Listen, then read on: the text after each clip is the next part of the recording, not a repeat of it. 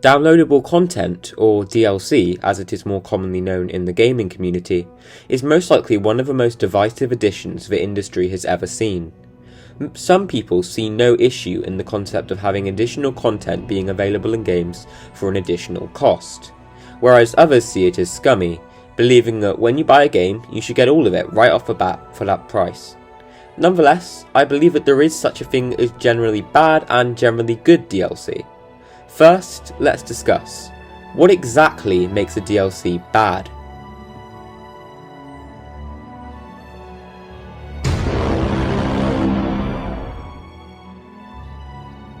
Do you guys remember the controversy caused by the Horse Armor DLC in The Elder Scrolls IV Oblivion?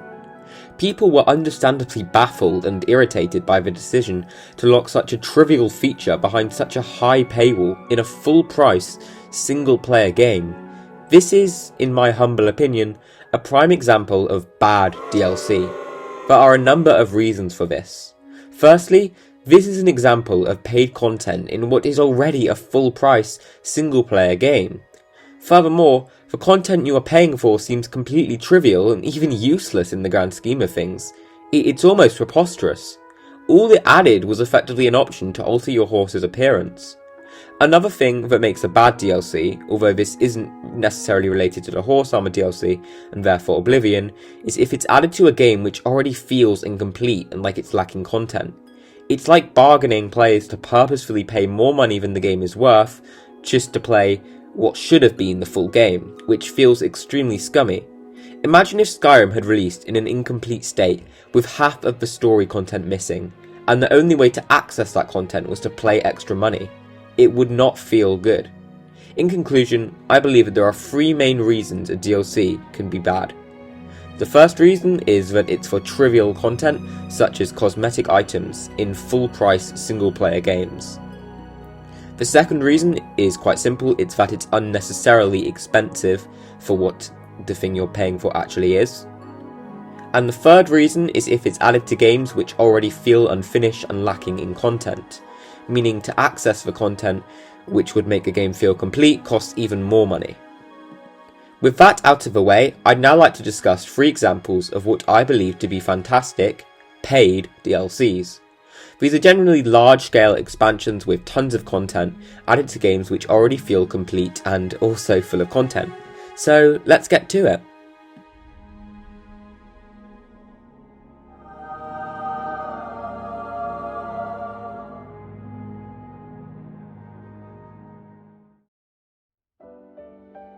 It's not often you come across a DLC so large that it is also being sold as a standalone game, nor one so distinct from the base game but it's perfectly viable to play on its own. But Xenoblade Chronicles 2's Torna the Golden Country is certainly one of them. This DLC is fantastic, as it's optional content to a game which already feels complete and full of substance, Xenoblade Chronicles 2. With its main story alone averaging most players somewhere between 50 and 70 hours, and the playtime of completionists who do all the side content being a staggering 250 hours in most cases, or around that, it's already an incredibly beefy game. The DLC, which we're talking about, Torna, in comparison, is not so far behind as you would think, with the length of the main campaign of the DLC being around 20 to 30 hours. Additionally, if you want to 100% Torna, it may take around 45 to 50 hours. This is of such significance as some full-price games in the current gaming industry don't last as long as even this expansion, nor do they have as much content. And this expansion or this DLC, it's being sold at a fraction of their prices. As for what exactly the DLC includes, it serves as a full-blown prequel to the events of Xenoblade Chronicles 2. With dozens of new cutscenes, areas to explore, enemies to fight, and countless new side quests to complete. It even has a completely revamped battle system, which takes elements from the one in the main game and builds upon them whilst at the same time streamlining them. In fact, the battle system of this expansion is so good that many fans, alongside myself, consider it to be the best combat the Xenoblade series currently has to offer. In general, everything feels on par in quality with the base game, if not even higher at certain times. with a fascinating new cast of characters to meet, as well as the return of ones from the base game who become more fleshed out. For example, we finally learn more about the highly referenced Laura from the main game, who contrasts and bounces off greatly her protector, Jin. There is also more of a spotlight cast on the mysterious Adam Origo, who was Mithra's driver 500 years before the events of Xenoblade 2, the main game. He's incredibly charismatic and likeable, and in fact one of my favourite characters across the entire Xeno franchise. In terms of the story, whilst it is in no way on par with the base games, it manages to consistently delight and surprise players. It also has a much more sombre and depressing tone and atmosphere in general, as at the end of the DLC, you'll witness the infamous fall of the great Torna Titan, and the immense consequences the tragedy has on some of our favourite and most beloved characters. The amount of dedication and effort clearly put into Torna to make it feel distinct from the base game while still being related to it is incredible. For example, although on its own it may seem as a rather small thing, all the buildings in all the new settlements are of a noticeably different style, creating an atmosphere that feels very unique and unlike anything the base Xenoblade 2 has to offer. It's these little details that make it feel so incredible. It even has a new, brilliant soundtrack to indulge in that blends the standout tracks from the original game with brand new ones that never fail to amaze. With tons of new content and a fascinating story to boot that helps in the fleshing out of characters from the main game, Torna the Golden Country is everything you'd ever want in a DLC.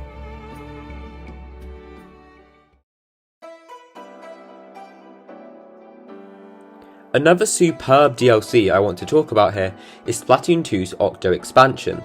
This DLC saw the addition of tons of new in-depth story content which, upon completion, allowed players to play as Octolings in multiplayer matches rather than Inklings.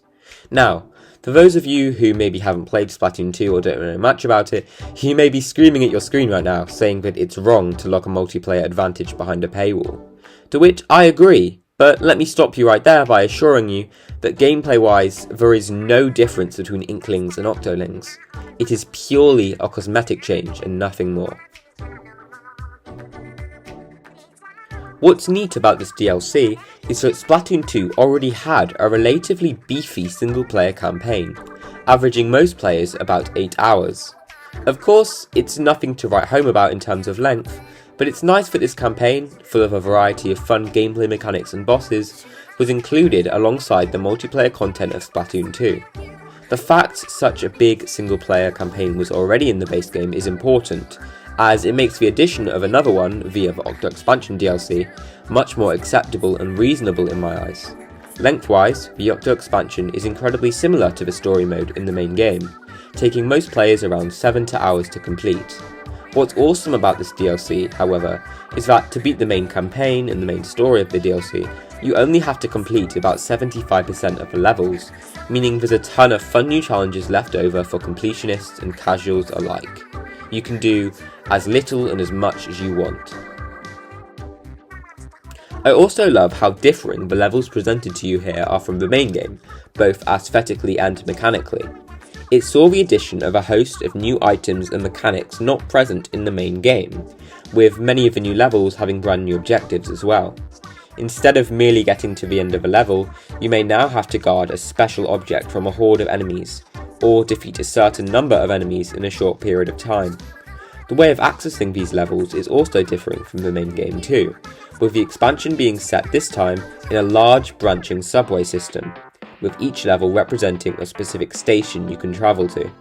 Furthermore, it has an incredibly vibrant and stylish aesthetic that merges the unique and otherworldly Octarian and Inkling culture with bright neon colours, painting visuals and sights unlike anything seen in the series before.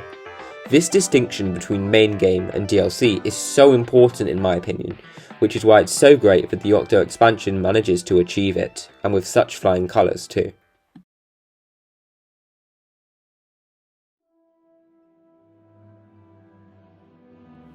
Dragonborn is unique on this list as its game of origin, Skyrim, actually has another large-scale expansion, Dawnguard, as well as a smaller one, Half-Fire.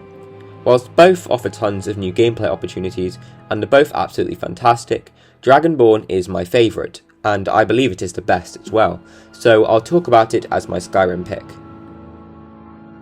Dragonborn takes players to the familiar yet foreign Isle of Solstheim. Canonically, it's an island located northeast of Skyrim, in the Great Sea of Ghosts.